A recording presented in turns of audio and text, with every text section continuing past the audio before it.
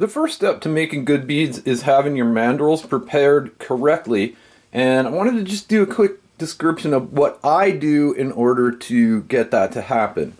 Now, when I get these new, I wash them with soap to get all the oil off and stuff that may be on them from shipment. And then after that, I only wash them with water alone, and I use a green pad, like a scrubby pad, Scotch-Brite pad, whatever you want to call it. And that kind of scratches up the surface a little bit, and it helps the bead release stick.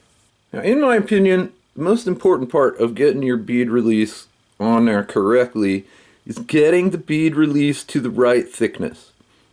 If the bead release is at the right thickness, everything becomes so much easier, because all you have to do is dip the mandrel straight in, don't twist, pull it out, let it drip a second, and stick it in a rack like this vertically to dry overnight. If you do that and you have it at the right thickness, you should get what you see here, which basically is perfect bead release. So I don't know if the camera is going to focus correctly on this, but what you want is you want a thin layer that completely covers, right? So you can't see any steel through the layer. So it completely covers, but it doesn't really build up. It's not thick.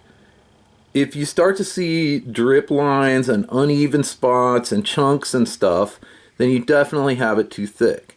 If you dip it once and you can still kind of see the steel through the bead release, then you have it too thin.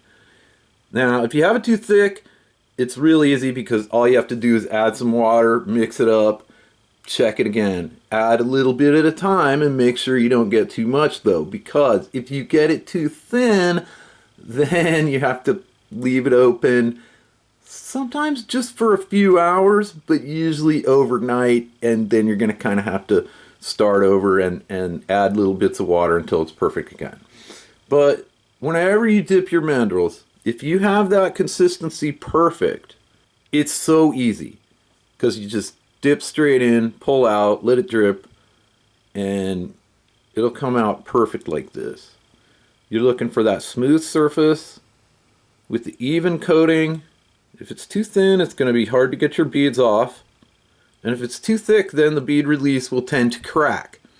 So that's another clue. If your bead release is cracking while you're working with it, you might have it too thick. If you can't get your beads off, then you might have it too thin.